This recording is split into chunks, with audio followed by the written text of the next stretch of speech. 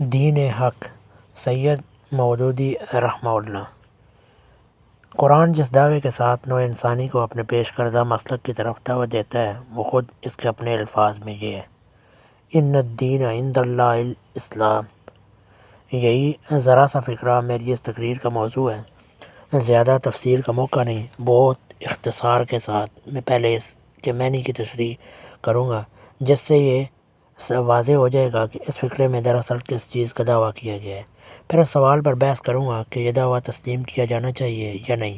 اور آخر میں یہ بیان کروں گا کہ اگر اسے تسلیم کر لیا جائے تو پھر اس کو تسلیم کر لینے کے متقاضیات کیا ہیں۔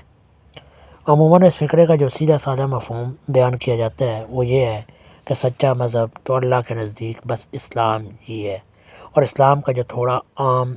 طور پر تصور لوگوں کے ذہن میں ہے اس کے سوا کچھ نہیں کہ یہ ایک مذہب کا نام ہے جو اب سے 1300 برس پہلے عرب میں پیدا ہوا تھا، جس کی بنا حضرت محمد صلی اللہ علیہ وسلم نے ڈالی تھی کا لفظ میں قصداً اس لیے استعمال کر رہا ہوں کہ صرف غیر مسلم ہی نہیں بلکہ بکثرت مسلمان اور اچھے خاصے ذی علم مسلمان بھی حضرت محمد صلی اللہ علیہ وسلم کو بانی اسلام کہتے اور لکھتے ہیں۔ گویا ان کے نزدیک اسلام کی ابتدا حضرت صلی اللہ علیہ وسلم ہی سے ہوئی اور آپ ہی اس کے بانی فاؤنڈر ہیں۔ لہٰذا جب ایک غیر مسلم قرآن کا مطالعہ کرتے ہوئے اس فقرے پر پہنچتا ہے تو یہ گمان کر کے سرسری طور پر اس سے گزر جاتا ہے کہ جس طرح ہر مذہب صرف اپنے ہی برحق ہونے اور دوسرے مذہبیوں کے باطل ہونے کا مدعی ہے، اس طرح قرآن نے بھی اپنے پیش کردہ مذہب کے برحق ہونے کا دعویٰ کر دیا ہے، اور جب ایک مسلمان اسے پڑھتا ہے تو وہ اس وجہ سے اس پر غور کرنے کی کوئی خاص ضرورت نہیں سمجھتا کہ جس مذہب کو اس فقرے میں برحق کہا گیا ہے اسے وہ خود بھی برحق مانتا ہے، یا اگر غور و فکر کے لیے اس کے ذہن میں کوئی تحریک پیدا ہوتی بھی ہے تو وہ بالعموم یہ رخ اختیار کر لیتی ہے کہ عیسائیت، ہندو مت، بدھ مت اور ایسے ہی دوسرے مذاہب سے اسلام کا مقابلہ کر کے اس کی حقانیت ثابت کی جائے۔ لیکن در حقیقت قرآن میں یہ مقام ایسا ہے جس پر ایک سنجیدہ طالب علم کو ٹھہر کر بہت غور کرنا چاہیے، اس سے زیادہ غور کرنا چاہیے جتنا اب تک اس پر کیا گیا ہے۔ قرآن کے اس دعوے کو سمجھنے کے لیے سب سے پہلے ہمیں الدین اور الاسلام کا مفہوم متعین کر لینا چاہیے۔ الدین کا مفہوم عربی زبان میں لفظ دین کئی معنوں میں آتا ہے۔ اس کے ایک معنی غلبہ اور اصطلاح کے ہیں، دوسرے معنی اطاعت اور غلامی کے، تیسرے معنی جزا اور بدلے کے، چوتھے معنی طریقہ اور مسلک کے۔ یہاں سے یہ لفظ اسی چوتھے معنی میں استعمال ہوا ہے، یعنی دین سے مراد وہ طریقے زندگی یا طرز فکر و عمل ہے جس کی پیروی کی جائے۔ لیکن یہ خیال رہے کہ قرآن محض دین نہیں ہے بلکہ الدین کہہ رہا ہے۔ اس کے معنی میں وہی فرق واقع ہو جاتا ہے جو انگریزی زبان میں دس از اے وے آف لائف کہنے کے بجائے دس از دا وے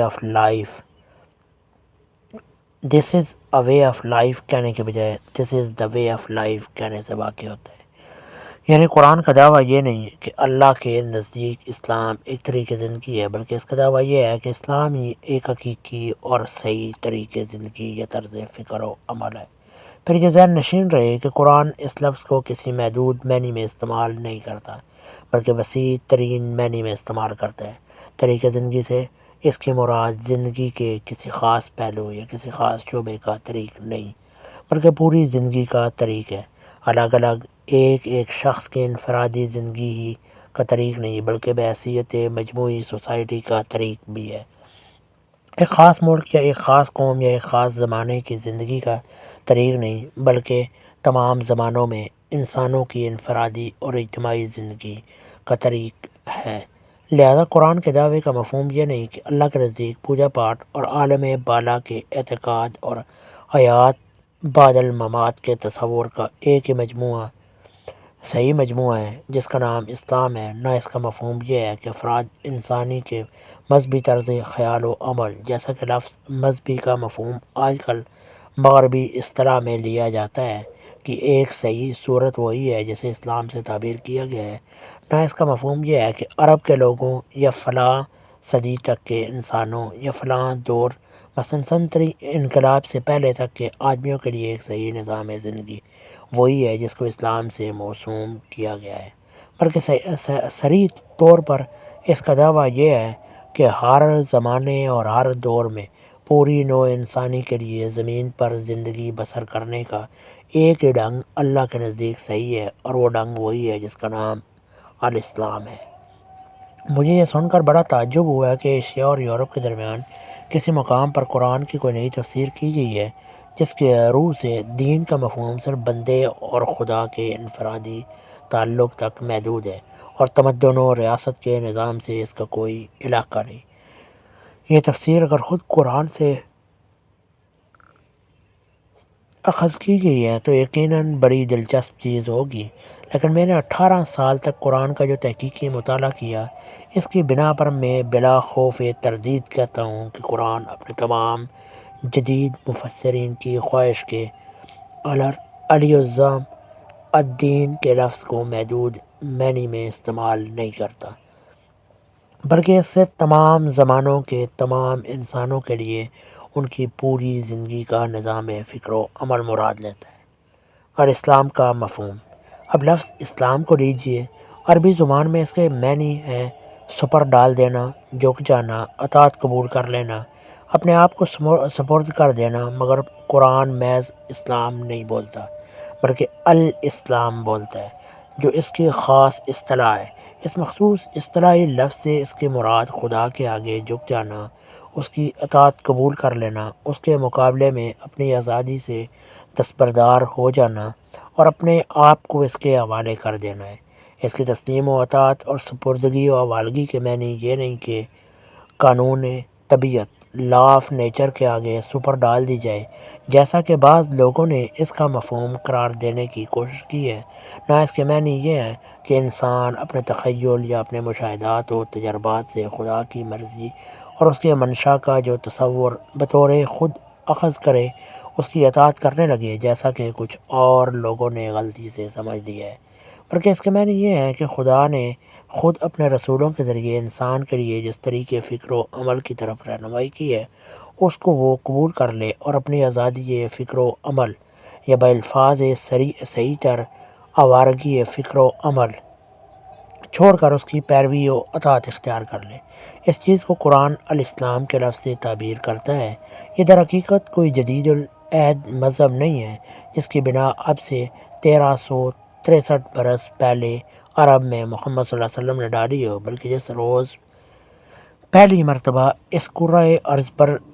اسلام کا ظہور ہوا، اسی روز خدا نے انسان کو بتا دیا تھا کہ تیرے لیے یہ الاسلام ہی ایک صحیح طرز عمل ہے۔ اس کے بعد دنیا کے مختلف گوشوں میں وقتاً فوقتاً جو پیغمبر بھی خدا کی طرف سے انسانوں کی رہنمائی کے لیے مامور ہوئے ہیں، ان سب کی دعوت بھی بالاستثناء اسی الاسلام کی طرف رہی ہے، جس کی طرف بالآخر محمد صلی اللہ علیہ وسلم نے دنیا کو دعوت دی۔ یہ اور بات ہے کہ موسیٰ علیہ السلام کے پیرووں نے بعد میں بہت سی مختلف چیزوں کی آمیزش کر کے ایک نظام یہودیت کے نام سے، اور مسیح علیہ السلام کے پیرووں نے ایک دوسرا نظام مسیحیت کے نام سے، اور اسی طرح ہندوستان، ایران، چین اور دوسرے ممالک کے پیغمبروں کی امتوں نے مختلف مخلوط و مرکب نظامات دوسرے ناموں سے بنا لیے ہوں، لیکن موسیٰ اور مسیح اور دوسرے تمام معروف و غیر معروف انبیاء علیہ السلام جس دین کی دعوت دینے آئے تھے وہ خالص اسلام کا تھا، نہ کہ کچھ اور۔ قرآن کا دعویٰ کیا ہے؟ اس تشریح کے بعد قرآن کا دعویٰ بالکل صاف اور واضح صورت میں ہمارے سامنے آ جاتا ہے۔ نوع انسانی کے لیے خدا کے نزدیک صرف یہی ایک صحیح طریقہ زندگی ہے کہ وہ خدا کے آگے سر تسلیم خم کر دے اور فکر و عمل کی اس راہ پر چلے جس کی طرف خدا نے اپنے پیغمبروں کے ذریعے سے رہنمائی کی ہے۔ یہ ہے قرآن کا دعویٰ۔ اب ہمیں تحقیق کرنا ہے کہ آیا یہ دعویٰ قبول کیا جانا چاہیے۔ خود قرآن نے اپنے اس دعوے کی تائید میں جو دلائل بیان کیے ہیں ان پر تو ہم غور کریں گے ہی، مگر کیوں نہ اس سے پہلے خود اپنی جگہ تلاش و تجسس کر کے یہ دریافت کر لیں کہ آیا ہمارے لیے اس دعوے کو قبول کرنے کے سوا کوئی اور چارہ کار بھی ہے؟ طریقِ زندگی کی ضرورت۔ یہ ظاہر ہے کہ دنیا میں انسان کو زندگی بسر کرنے کے لیے بہرحال ایک طریقے زندگی درکار ہے جسے وہ اختیار کرے۔ انسان دریا نہیں ہے جس کا راستہ زمین کے نشیب و فراز سے خود معین ہو جاتا ہے۔ انسان درخت نہیں ہے جس کے لیے قوانین فطرت ایک راہ طے کر دیتے ہیں۔ انسان نرا جانور نہیں ہے جس کی رہنمائی کے لیے تنہا جبلت ہی کافی ہو جاتی ہے۔ اپنی زندگی کے ایک بڑے حصے میں قوانین طبیعت کا محکوم ہونے کے باوجود انسان زندگی کے بہت سے ایسے پہلو رکھتا ہے جن میں سے اسے کوئی لگا بندہ راستہ نہیں ملتا کہ حیوانات کی طرح بے اختیار اس پر چلتا رہے، بلکہ اس کو اپنے انتخاب سے خود ایک راہ اختیار کرنی پڑتی ہے۔ اس کو فکر کی ایک راہ چاہیے جس پر وہ اپنے اور کائنات کے ان بہت سے مسائل کو حل کرے جنہیں فطرت اس کے سوچنے والے دماغ کے سامنے پیش تو کرتی ہے مگر ان کا کوئی غیر مشتبہ زبان میں نہیں بتاتی۔ اس کو علم کی ایک راہ چاہیے جس پر وہ ان معلومات کو منظم کرے جنہیں فطرت اس کے آواز کے ذریعے سے اس کے ذہن تک پہنچاتی تو ہے مگر انہیں بطور خود منظم کر کے اس کے حوالے نہیں کر دیتی۔ اس کو شخصی برتاؤ کے لیے ایک راہ چاہیے جس پر وہ اپنی ذات کے بہت سے ان مطالبات کو پورا کرے جن کے لیے فطرت تقاضا تو کرتی ہے مگر انہیں پورا کرنے کا مہذب طریقہ معین کر کے نہیں دیتی۔ اس کو گھر اور زندگی کے لیے، خاندانی تعلقات کے لیے، معاشی معاملات کے لیے، ملکی انتظام کے لیے، بین الاقوامی ربط و تعلق کے لیے اور زندگی کے بہت سے پہلوؤں کے لیے ایک راہ درکار ہے جس پر وہ محض ایک شخص سے نہیں بلکہ ایک جماعت، ایک قوم، ایک نوع کی حیثیت سے بھی چلے اور ان مقاصد تک پہنچ سکے جو اگرچہ فطرتاً اس کے مقصود و مطلوب ہے مگر فطرت نہ تو ان مقاصد کو صریح طور پر اس کے سامنے نمایاں کیا ہے اور نہ ان تک پہنچنے کا ایک راستہ معین کر دیا ہے۔ زندگی کا انقسام پذیر نہ ہونا۔ زندگی کے یہ مختلف پہلو جن میں کوئی ایک طریق اختیار کرنا انسان کے لیے ناگزیر ہے بجائے خود مستقل شعبے اور ایک دوسرے سے بے نیاز محکمے نہیں ہے۔ اس بنا پر یہ ممکن نہیں ہے کہ ان مختلف شعبوں کے لیے انسان ایسی مختلف راہیں اختیار کر سکتا ہو جن کی سمتیں الگ ہوں، جن کے ذات راہ الگ ہوں، جن پر چلنے کے ڈھنگ اور انداز الگ ہوں، جن کے راہ نوردی کے مقتضیات الگ ہوں اور جن کی منازل مقصود الگ ہوں۔ انسان اور اس کی زندگی کے مسائل کو سمجھنے کی ایک ذرہ سی دانشمندانہ کوشش ہی آدمی کو اس پر مطمئن کرنے کے لیے کافی ہے کہ زندگی بحیثیت مجموعی ایک کل ہے جس کا ہر جز دوسرے جز سے اور ہر پہلو دوسرے پہلو سے گہرا ربط رکھتا ہے، ایسا ربط جو توڑا نہیں جا سکتا، اور اس کا ہر جز دوسرے جز پر اثر ڈالتا ہے اور اس سے اثر قبول کرتا ہے۔ ایک یہ روح تمام اجزاء میں سرایت کیے ہوتی ہے اور وہ سب مل کر وہ چیز بناتے ہیں جسے انسانی زندگی کہا جاتا ہے۔ لہٰذا فی الواقع جو چیز انسان کو درکار ہے وہ زندگی کے مقاصد نہیں بلکہ مقصد ہے جسے کے ضمن میں سارے چھوٹے بڑے مقاصد پوری موافقت کے ساتھ اپنی اپنی جگہ لے سکیں اور جن کے حصول کی کوشش میں وہ سب حاصل ہو جائیں۔ اسے راستے نہیں بلکہ راستہ درکار ہے جس پر وہ اپنی پوری زندگی کے اس کے تمام پہلوؤں سمیت کامل ہمانگی کے ساتھ اپنے مقصود حیات کی طرف لے چلے۔ اسے فکر، علم، ادب، آرٹ، تعلیم، مذہب، اخلاق، معاشرت، معیشت، سیاست، قانون وغیرہ کے لیے الگ الگ نظامات نہیں بلکہ ایک جامع نظام درکار ہے جس میں یہ سب ہمواری کے ساتھ سموئے جا سکیں، جن میں ان سب کے لیے ایک مزاج اور ایک ہی طبیعت رکھنے والے مناسب اصول موجود ہوں اور جس کی پیروی کر کے آدمی اور آدمیوں کا مجموعہ اور من حیث الکل پوری آدمیت اپنے بلند ترین مقصود تک پہنچ سکے۔ وہ جاہلیت کا تاریک دور تھا جس زندگی کو مستقل جداگانہ شعبوں میں تقسیم کرنا ممکن خیال کیا جاتا تھا۔ اب اگر لوگ کچھ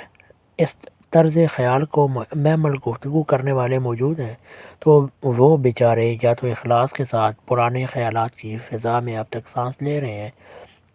اس لیے قابل رحم ہے، یا پھر وہ ظالم حقیقت کو خوب جانتے ہیں مگر جان بوجھ کر یہ گفتگو صرف اس لیے کر رہے ہیں کہ جس دین کو وہ کسی انسانی آبادی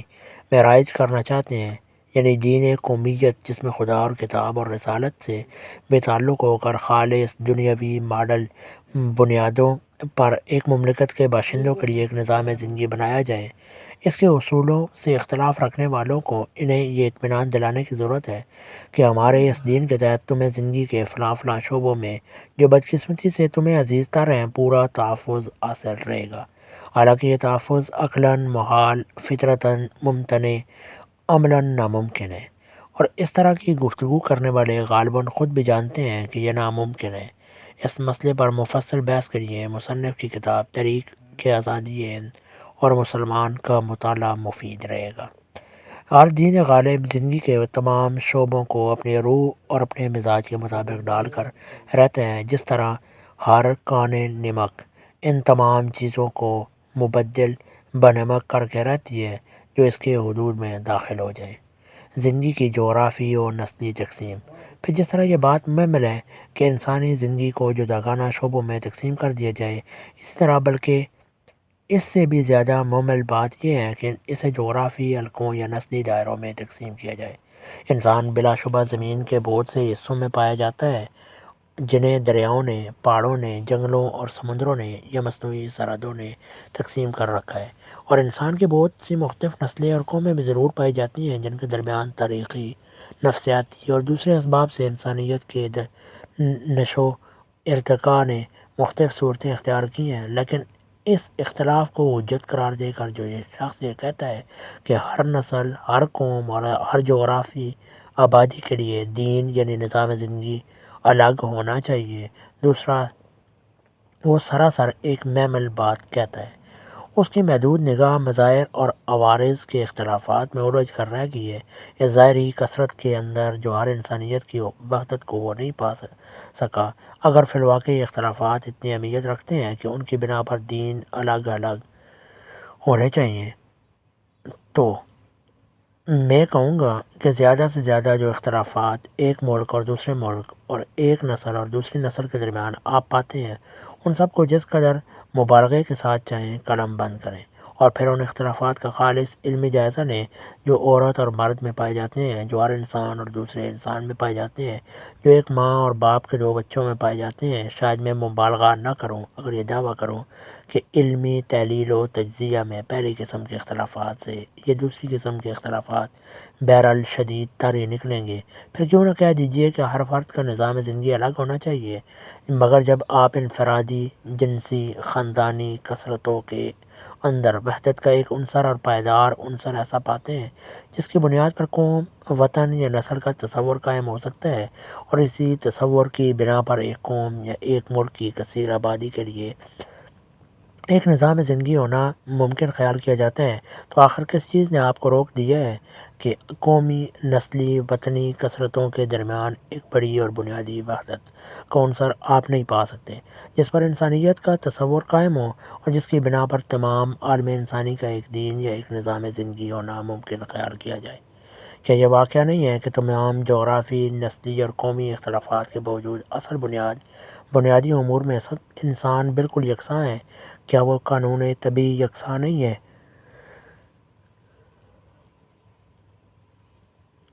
جن کے تحت انسان دنیا میں زندگی بسر کر رہا ہے، کیا وہ نظام جسمانی یکساں نہیں ہے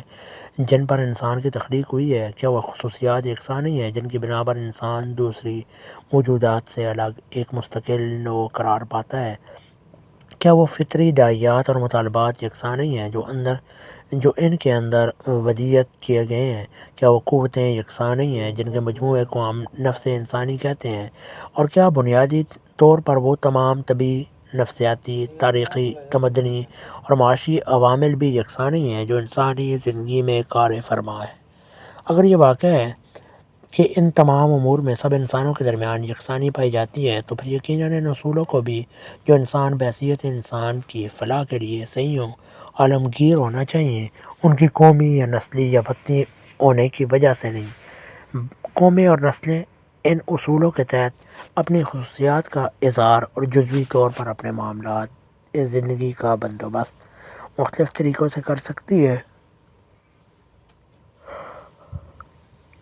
اور انہیں ایسا کرنا چاہیے، مگر انسان کو انسان ہونے کی حیثیت سے جس صحیح دین یا نظام زندگی کی ضرورت ہے وہ بہرحال ایک ہی ہونا چاہیے۔ عقل یہ باور کرنے سے انکار کرتی ہے کہ جو چیز ایک قوم کے لیے حق ہو وہ دوسری قوم کے لیے باطل ہو جائے، اور جو ایک قوم کے لیے باطل ہو وہ دوسری قوم کے لیے حق ہو جائے۔ زندگی کی زمانی تقسیم۔ ان معاملات اور جدید زمانے کے عالمانہ معاملات میں سے ایک اور بات جو حقیقت کے اعتبار سے معمل ترین ہے مگر حیرت ہے کہ یقینیت کے پورے وثوق کے ساتھ پیش کی جاتی ہے، انسانی زندگی کی زبانی تقسیم ہے۔ یعنی کہا جاتا ہے کہ جو نظام زندگی ایک دور میں حق تھا وہ دوسرے دور میں باطل ہو جاتا ہے، کیونکہ زندگی کے مسائل و معاملات ہر دور میں بدل جاتے ہیں، اور نظام زندگی کا حق یا باطل ہونا سراسر ان مسائل و معاملات ہی کی نوعیت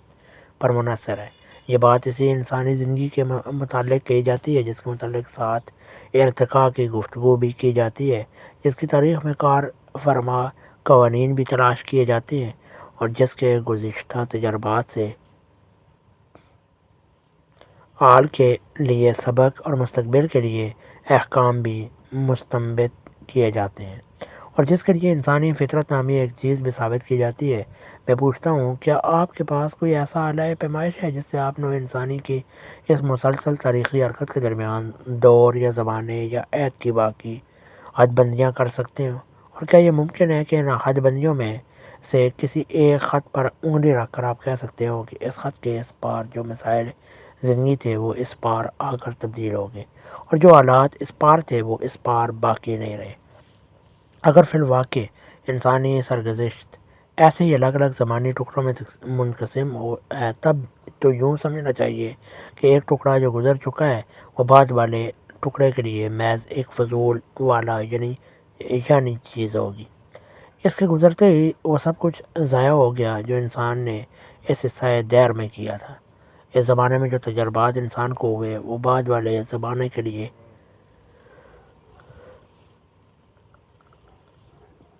کوئی سبق اپنے اندر نہیں رکھتے، کیونکہ وہ حالات و مسائل ہی فنا ہو گئے جن میں انسان نے بعض طریقوں کا، بعض اصولوں کا، بعض قدروں کے لیے صحیح و جدوجہد کا تجربہ کیا تھا۔ پھر یہ ارتقاء کی گفتگو کیوں؟ یہ قوانین حیات کی تلاش کس لیے؟ یہ تاریخی استنباط کس بنا پر؟ جب آپ ارتقاء کا نام لیتے ہیں تو لامحالہ یہ اس بات کو متضمن ہے کہ وہاں کوئی چیز ضرور ہے جو تمام تغیرات کا موضوع بنتی ہے اور ان تغیرات کے اندر اپنے آپ کو باقی رکھتے ہوئے پیم حرکت کرتی ہے۔ جب آپ قوانین حیات پر بحث کرتے ہیں تو یہ اس بات کو مستلزم ہے کہ ان ناپائیدار حالات میں، ان رواں دواں مظاہر میں، ان بننے اور بگڑنے والی صورتوں میں کوئی پائیدار اور زندہ حقیقت بھی ہے جو اپنی ایک ذاتی فطرت اور اپنے کچھ مستقل قوانین بھی رکھتی ہے۔ جب آپ تاریخ استنباط کرتے ہیں تو اس کے معنی یہ ہیں کہ تاریخ کے اس طویل رستے پر جو مسافر مختلف مرحلوں سے گزرتا ہوا آ رہا ہے اور منزلوں پر منزلیں طے کرتا چلا آ رہا ہے،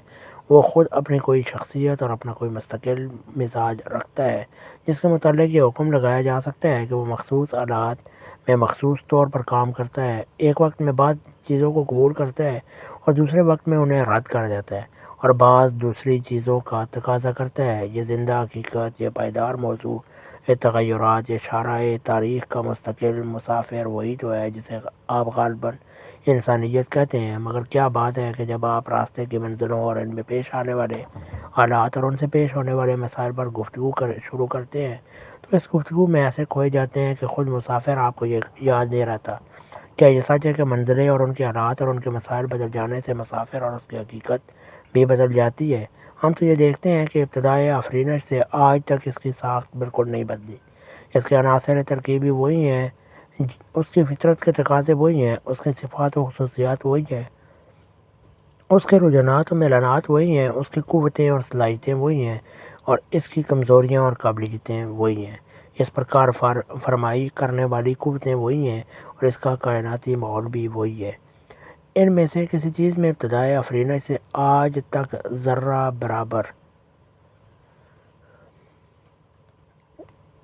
فرق نہیں آیا۔ کوئی شخص یہ دعویٰ کرنے کی جرات نہیں کر سکتا کہ تاریخ کے دوران میں حالات اور ان سے پیدا ہونے والے مسائل زندگی کے تغیر سے خود انسانیت بھی بدلتی چلی آئی ہے، یا وہ بنیادیں بھی متغیر ہوتی رہی ہیں جو انسانیت کے ساتھ وابستہ ہے۔ پھر جب حقیقت یہ ہے تو اس دعوے میں کیا وزن ہو سکتا ہے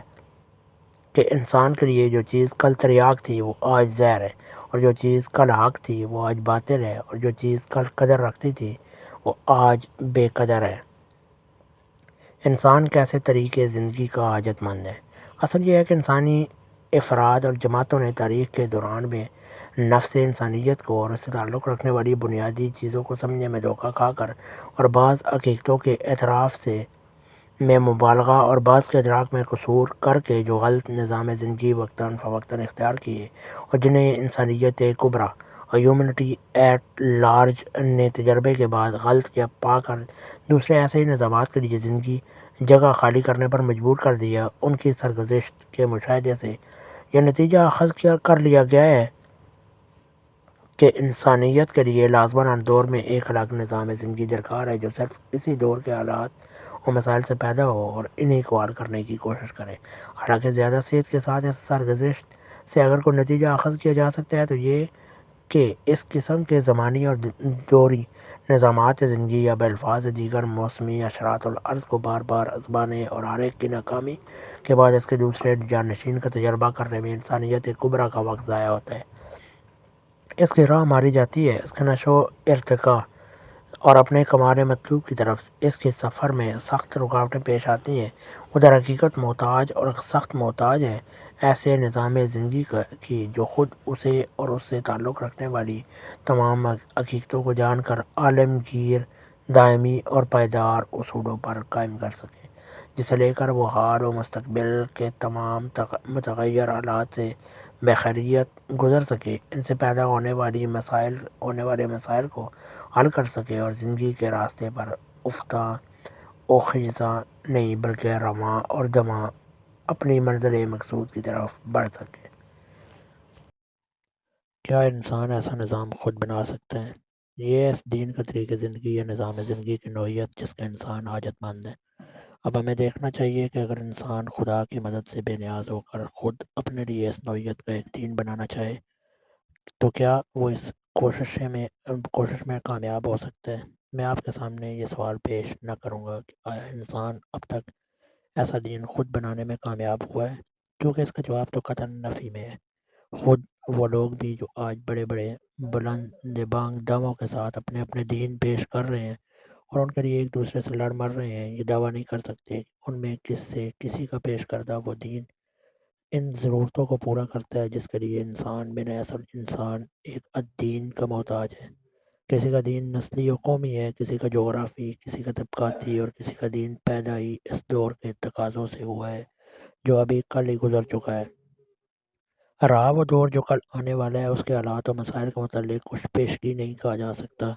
کہ ان میں بھی وہ کام دے سکے گا یا نہیں، کیونکہ جو دور اب گزر رہا ہے ابھی تو اس کے تاریخی تقاضوں کا جائزہ لینا باقی ہے۔ اس لیے میں سوال یہ نہیں کر رہا ہوں کہ ایسا انسان دین بنانے میں کامیاب ہوا ہے یا نہیں، بلکہ یہ کہہ رہا ہوں کہ کامیاب ہو بھی سکتا ہے یا نہیں۔ یہ ایک نہایت اہم سوال ہے جس سے سرسری طور پر بحث کرنا مناسب نہیں۔ یہ انسانی زندگی کے فیصلہ کن سوالات میں سے ایک ہے، اس لیے پہلے اسے اچھی طرح سمجھ لیجئے کہ وہ کیا چیز ہے جسے وضع کرنے کا سوال درپیش ہے، اور اس شخص کی قابلیتیں کیا ہیں جس کے متعلق پوچھا جا رہا ہے کہ وہ اسے وضع کر سکتا ہے یا نہیں۔ الدین کی نوعیت۔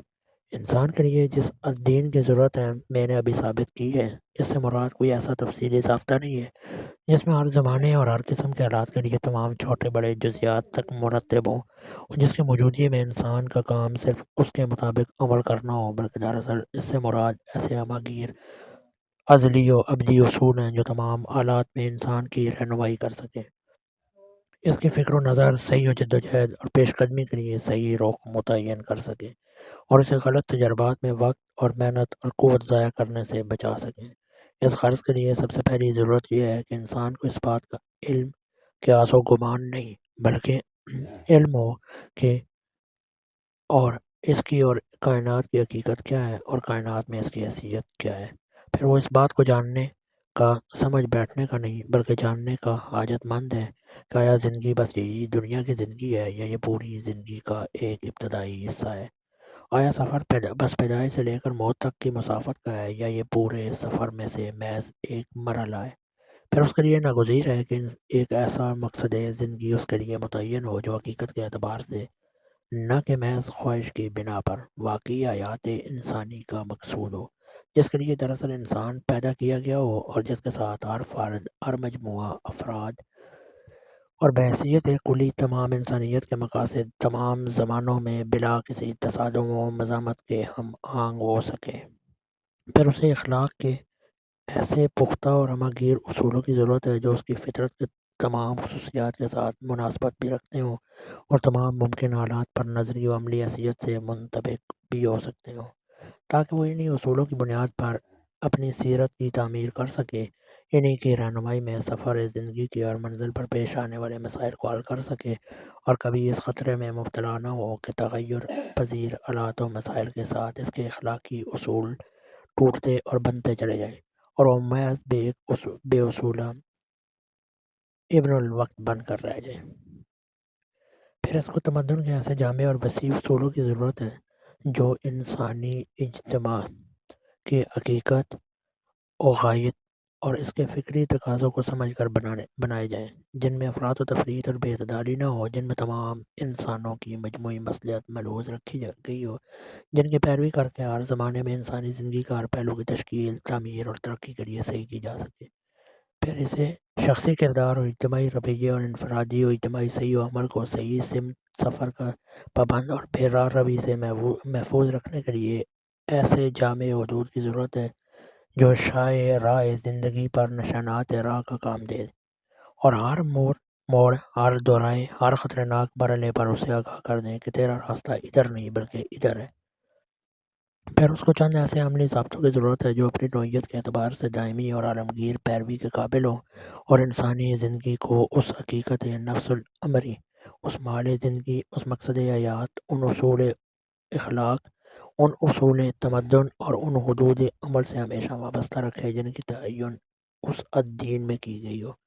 یہ ہے وہ چیز جسے وضع کرنے کا سوال درپیش ہے۔ اب غور کیجئے، کیا انسان ایسے ذرائع رکھتا ہے جس سے وہ خود اپنے لیے ایک ایسا الدین وضع کر سکے؟ انسانی ذرائع کا جائزہ۔ انسان کے پاس اپنا دین یا طریق زندگی اخذ کرنے کے ذرائع 4 سے زیادہ ہیں۔ پہلا ذریعہ خواہش ہے، دوسرا ذریعہ عقل ہے، تیسرا ذریعہ مشاہدہ و تجربہ ہے، چوتھا ذریعہ پچھلے تجربات کا تاریخی ریکارڈ ہے۔ غالباً ان کے سوا کسی پانچویں ذریعے کی نشاندہی نہیں کی جا سکتی۔ ان چاروں ذرائع کا جتنا مکمل جائزہ لے کر آپ دیکھ سکتے ہو، دیکھیے کیا یہ دین کی ایجاد کرنے میں انسان کی مدد کر سکتے ہیں۔ میں نے اپنی عمر کا متعدد بہ حصہ اس کی تحقیق میں صرف کیا ہے اور بالآخر اس نتیجے پر پہنچا ہوں کہ یہ ذرائع الدین کی ایجاد میں تو مدد نہیں دے سکتے، البتہ کوئی غیر انسانی رہنما الدین کو پیش کر دے تو اسے سمجھنے، پرکھنے، پہچاننے اور اس کے مطابق زندگی کے تفصیلی نظام کو وقتاً فوقتاً مرتب کرتے رہنے میں ضرور مددگار بن سکتے ہیں۔ نمبر 1، خواہش۔ پہلے خواہش کو لیجئے، کیا یہ انسان کی رہنما بن سکتی ہے؟ اگرچہ یہ انسان کے اندر اصلی محرک عمل ہے، مگر اس کی عین فطرت میں جو کمزوریاں موجود ہیں اس کی بنا پر یہ رہنمائی کے قابل ہرگز نہیں ہو سکتی۔ تنہا رہنمائی کرنا تو درکنار، عقل اور علم کو بھی اکثر اس نے گمراہ کیا ہے۔ اس کو تربیت سے خواہ کتنا یہ روشن خیال بنا دیا جائے، فیصلہ جب کبھی اس پر چھوڑا جائے یہ بلا مبالغہ 99% حالات میں غیر مستقیم فیصلے کرے گی، کیونکہ اس کے اندر جو تقاضے پائے جاتے ہیں وہ اسے صحیح فیصلہ کرنے کے بجائے ایسا فیصلہ کرنے پر مجبور کرتے ہیں جس سے مطلوب کسی نہ کسی طرح جلد اور بآسانی حاصل ہو جائے۔ یہ بجائے خود خواہش نفسانی کی طبعی کمزوری ہے، لہذا ایک فرد کی خواہش ہو یا ایک طبقے کی، یا وہ خواہش عام جنرل ویل جس کا سونے ذکر کیا گیا ہے۔ بہرحال کسی قسم کی انسانی خواہش میں بھی فطرتاً یہ صلاحیت نہیں ہے کہ ایک الدین کے وضع کرنے میں مددگار بن سکے، بلکہ جہاں تک مسائل عالیہ الٹیمیٹ پرابلمز مثلاً حیات انسانی کی حقیقت، اس کے مال اور اس کی غایت کا تعلق ہے، ان کو حل کرنے میں تو وہ کسی طرح مددگار بن ہی نہیں سکتی۔ عقل۔ پھر عقل کو لیجئے، اس کی تمام بہترین صلاحیتیں مسلم انسانی زندگی میں اس کی اہمیت کو ناقابل انکار اور یہ بھی تسلیم ہے کہ انسان کے اندر یہ بہت بڑی رہنما طاقت ہے، لیکن قطع نظر اس سوال کہ انسان کے لیے دین کس کی عقل وضع کرے گی، زید کی، بکر کی، تمام انسانوں کی، یا انسانوں کے کسی خاص گروہ کی، اس زمانے کے لوگوں کی یا کسی پچھلے زمانے والوں کی یا آئندہ آنے والوں کی. سوال صرف یہ ہے کہ بجائے خود عقل انسانی کے حدود کا جائزہ لینے کے بعد کیا آپ کہہ سکتے ہیں کہ الدین کے وضع کرنے میں اس پر اعتماد کیا جا سکتا ہے؟ اس کے تمام فیصلے منحصر ہیں اس مواد پر جو اس کو فراہم کر کے دیں. وہ غلط مواد فراہم کر کے دیں گے تو یہ غلط فیصلہ کرے گی، وہ ناقص مواد فراہم کر کے دیں گے تو یہ ناقص فیصلہ کرے گی. اور جن امور میں وہ کوئی مواد فراہم کر کے نہ دیں گے ان میں اگر یہ خود شناس ہے تو کوئی فیصلہ نہ کرے گی، اور اگر برخود غلط ہے تو اندھیرے میں جو پائی تیر چلاتی رہے گی. یہ محدودیتیں جس بیچاری عقل کے ساتھ لگی ہوئی ہیں وہ آخر کس طرح اس کی اہل ہو سکتی ہے کہ نوع انسانی کے لیے الدین بنانے کی تکلیف اسے دی جائے؟ اور دین بنانے کا انحصار جن مسائل عالیہ کے حل پر ہے ان میں آواز سرے سے کوئی مواد فراہمی نہیں کرتے. پھر کیا عقل سے امید کی جا سکتی ہے کہ وہ ناقص مواد پر صحیح و کامل قدریں متعین کریں گی؟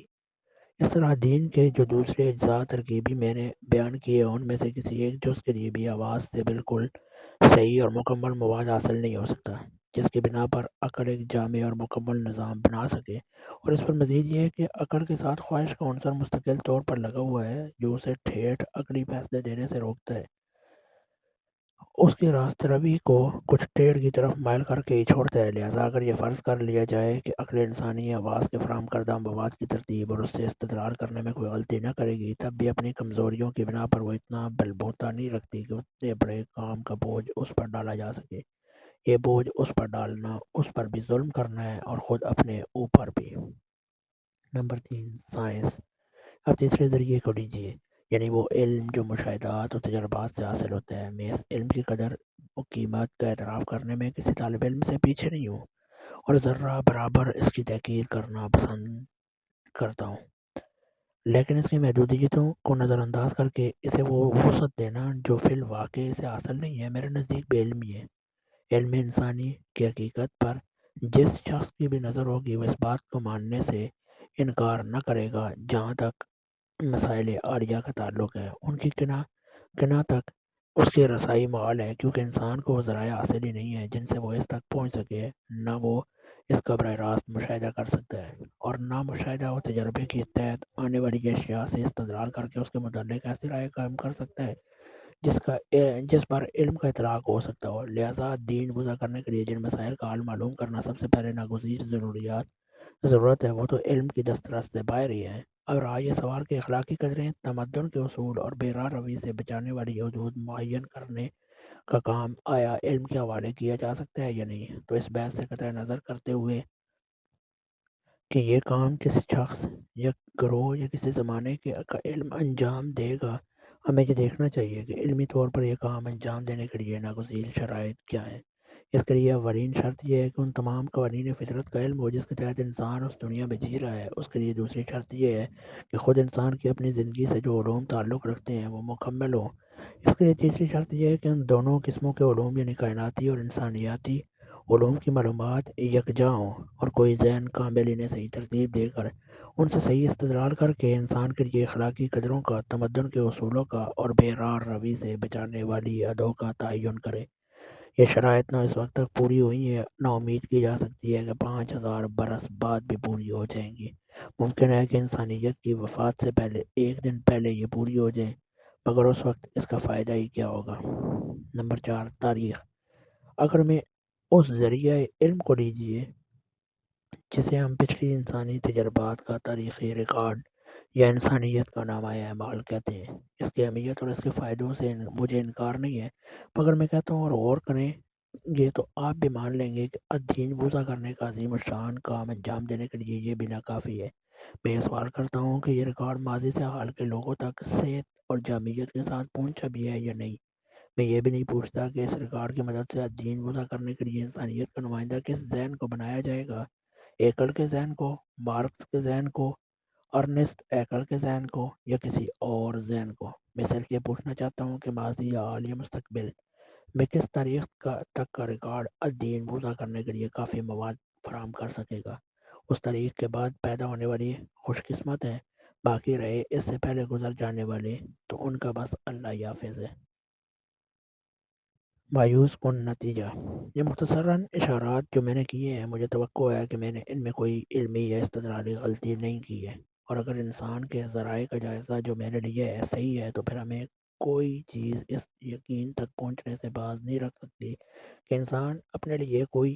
کچا پکا غلط غلط وقتی اور مقامی دین تو وضع کر سکتا ہے، لیکن وہ چاہے کہ الدین وضع کر لے تو یہ قطعی محال ہے۔ پہلے بھی محال تھا، آج بھی محال ہے، اور آئندہ کے لیے بھی اس کے امکان سے پوری مایوسی ہے۔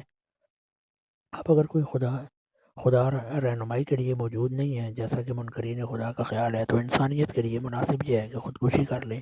جس مسافر کے لیے نہ کوئی رہنما موجود ہو، اور نہ جس کے اپنے پاس راستہ معلوم کرنے کے ذرائع موجود ہوں، اس کے لیے یا اور کامل یاس کے سوا کچھ مقدر نہیں۔ اس کا کوئی ہمدرد اس کے سوا اسے اور کیا مشورہ دے سکتا ہے کہ سر راہ ایک پتھر سے اپنی مشکل آسان کر لے؟ اور اگر خدا ہے لیکن رہنمائی کرنے والا خدا نہیں ہے، جیسا کہ بعض فلسفیانہ اور سائنٹیفک طرز کے مستبدین خدا کا گمان ہے، تو یہ اور بھی افسوسناک صورتحال ہے۔ جس خدا نے موجودات عالم کی بقا اور نشو و نما کے لیے ہر اس چیز کی فراہمی کا انتظام کیا ہے جس کی ضرورت کا تصور کیا جا سکتا ہو، لیکن ایک نہیں کیا، تو صرف انسان کی اس سب سے بڑی ضرورت کا انتظام جس کے بغیر پوری نوع زندگی غلط ہو جاتی ہے۔ اس کی بنائی ہوئی دنیا میں رہنا ایک مصیبت ہے، ایک ایسی سخت مصیبت جس سے بڑھ کر کسی دوسری مصیبت کا تصور ممکن نہیں۔ آپ غریبوں اور مفلسوں، بیماروں اور زخمیوں، مظلوموں اور دکھی جنوں کی مصیبت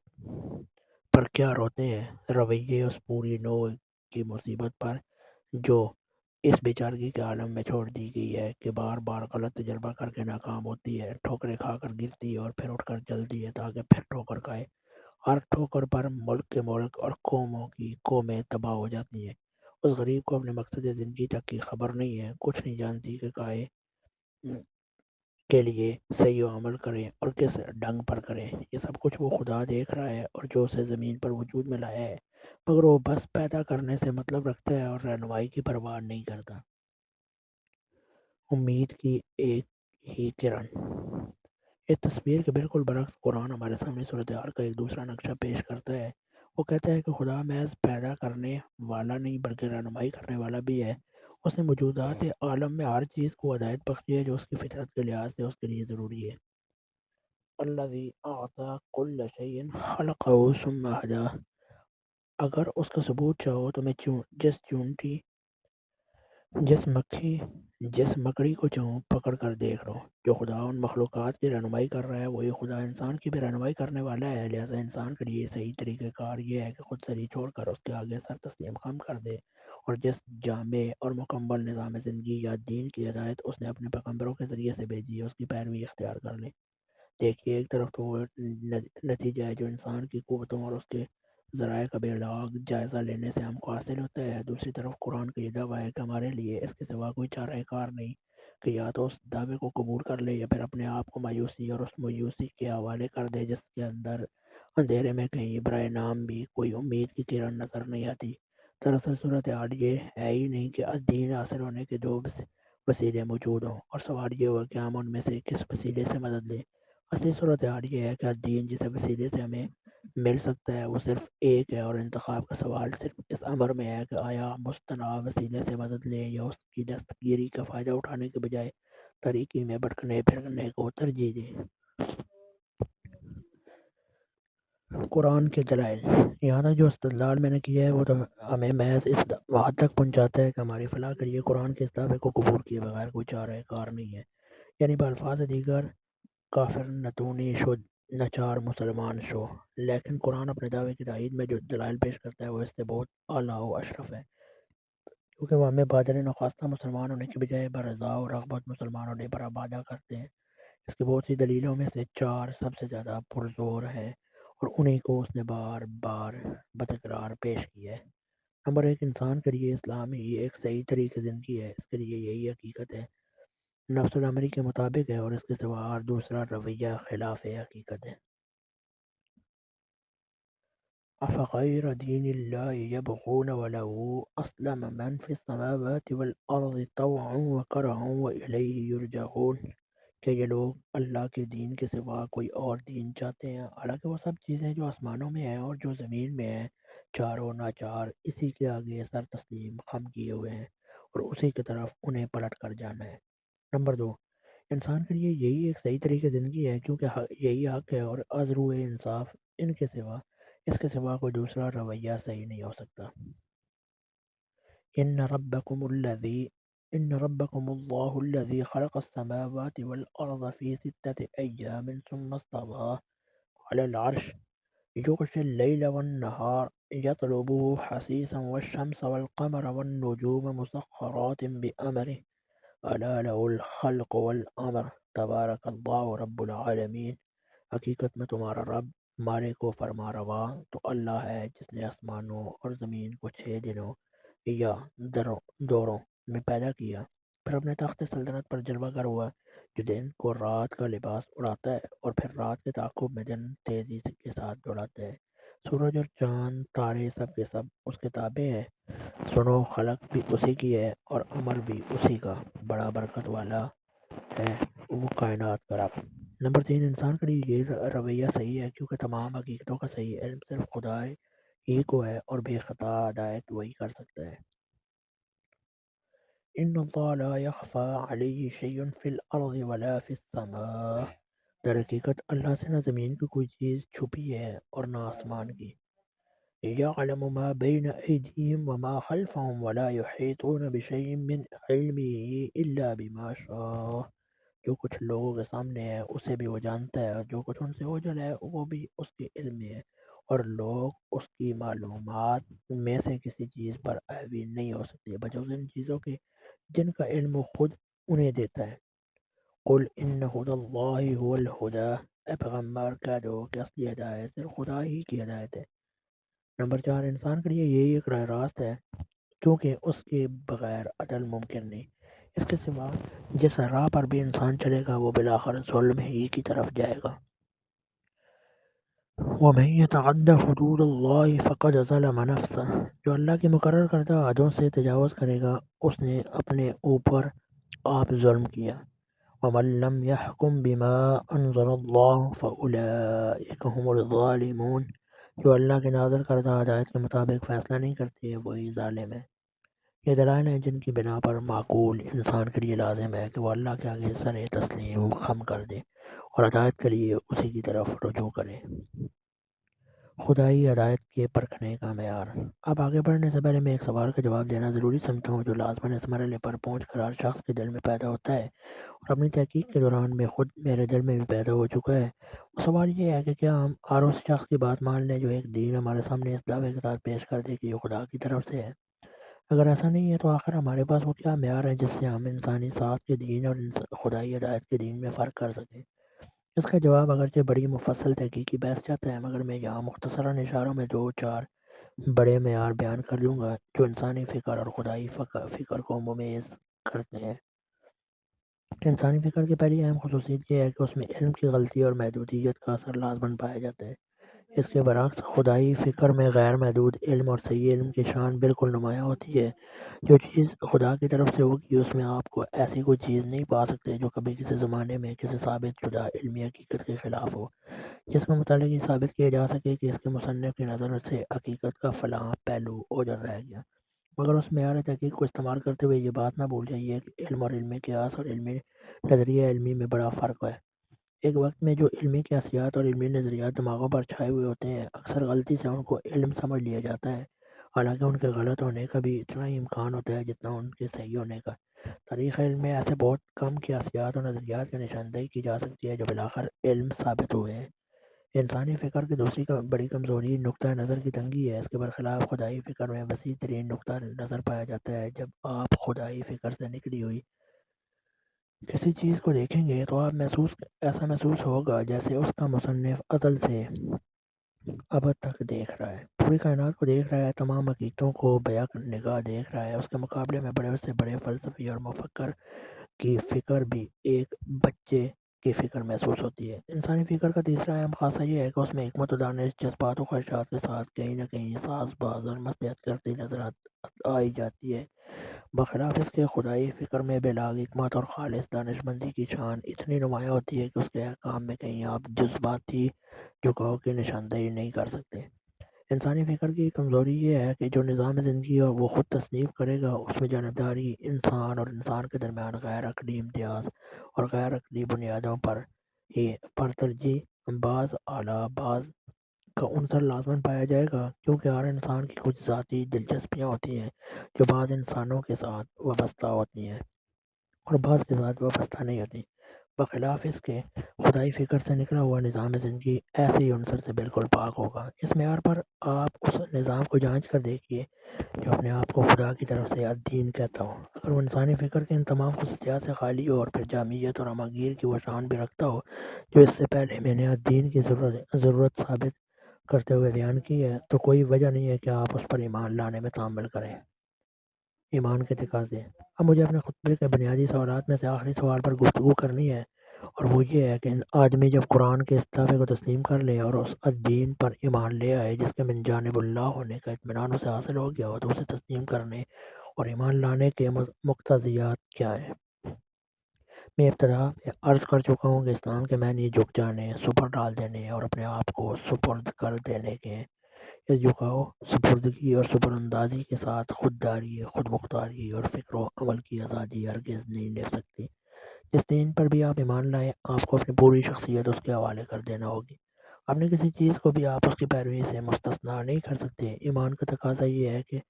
وہ آپ کے دل اور دماغ کا دین ہو، آپ کی آنکھ اور کان کا دین ہو، آپ کے ہاتھ اور پاؤں کا دین ہو، آپ کے پیٹ اور دل کا دین ہو، آپ کے قلم اور زبان کا دین ہو، آپ کے اوقات اور آپ کی محنتوں کا دین ہو، آپ کے صحیح اور عمل کا دین ہو، آپ کی محبت اور نفرت کا دین ہو، آپ کی دوستی اور دشمنی کا دین ہو، غرض آپ کی شخصیت کا کوئی جز اور کوئی پہلو بھی اس دین سے خارج نہ ہو۔ اپنے کسی کی چیز کو جتنا اور جس حیثیت سے بھی آپ اس دین کے احاطے سے باہر اور اس کی پیروی سے مستثنا رکھیں گے، سمجھ لیجئے اس کے طرح آپ کے دعوے ایمان میں جھوٹ شامل ہے۔ اور ہر راستی پسند انسان کا فرض ہے کہ اپنی زندگی کو جھوٹ سے پاک رکھنے کی زیادہ سے زیادہ کوشش کرے۔ پھر بھی میں ابتدا میں عرض کر چکا ہوں کہ انسانی زندگی ایک کل ہے جسے الگ الگ شعبوں میں تقسیم نہیں کیا جا سکتا،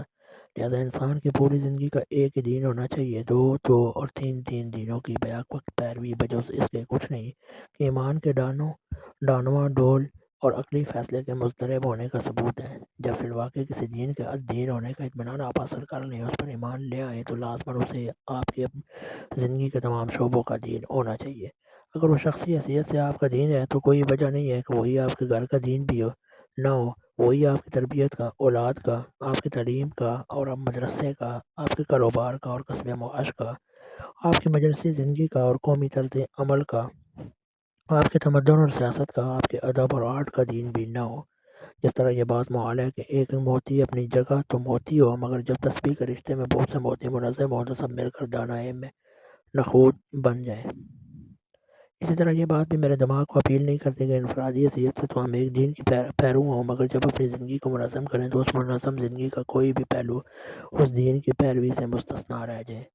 ان سے بڑھ کر ایمان کا اہم ترین تقاضا یہ ہے کہ جس دین کے دین ہونے پر آپ ایمان لائیں، اس کی برکتوں سے اپنے آپ کو اپنائے، نو کو بہرہ مند کرنے کی کوشش کریں، اور آپ کی تمام صحیح و جدوجہد کا مرکز و محور یہ ہو کہ یہی الدین تمام دنیا کا دین ہو جائے۔ جس طرح کہ آگ کی فطرت یہ ہے کہ وہ غالب ہو کر رہنا چاہتا ہے، اسی طرح آگ پرستی کی بھی یہ فطرت ہے کہ وہ آگ کو جان لینے کے بعد اسے غالب کرنے کی صحیح کیے بغیر چین نہیں لے سکتی۔ جو شخص دیکھ رہا ہو کہ باطل ہر طرف زمین اور اس کے باشندوں پر چھایا ہوا ہے، اور پھر یہ منظر اس کے اندر کوئی بے کلی، کوئی چبھن، کوئی تڑپ پیدا نہیں کرتا، اس کے دل میں اگر کوئی آگ پرستی ہے بھی تو سوئی ہوئی ہے۔ اسے فکر کرنی چاہیے کہ نیند کا سکوت کہیں موت کے سکوت میں تبدیل نہ ہو جائے۔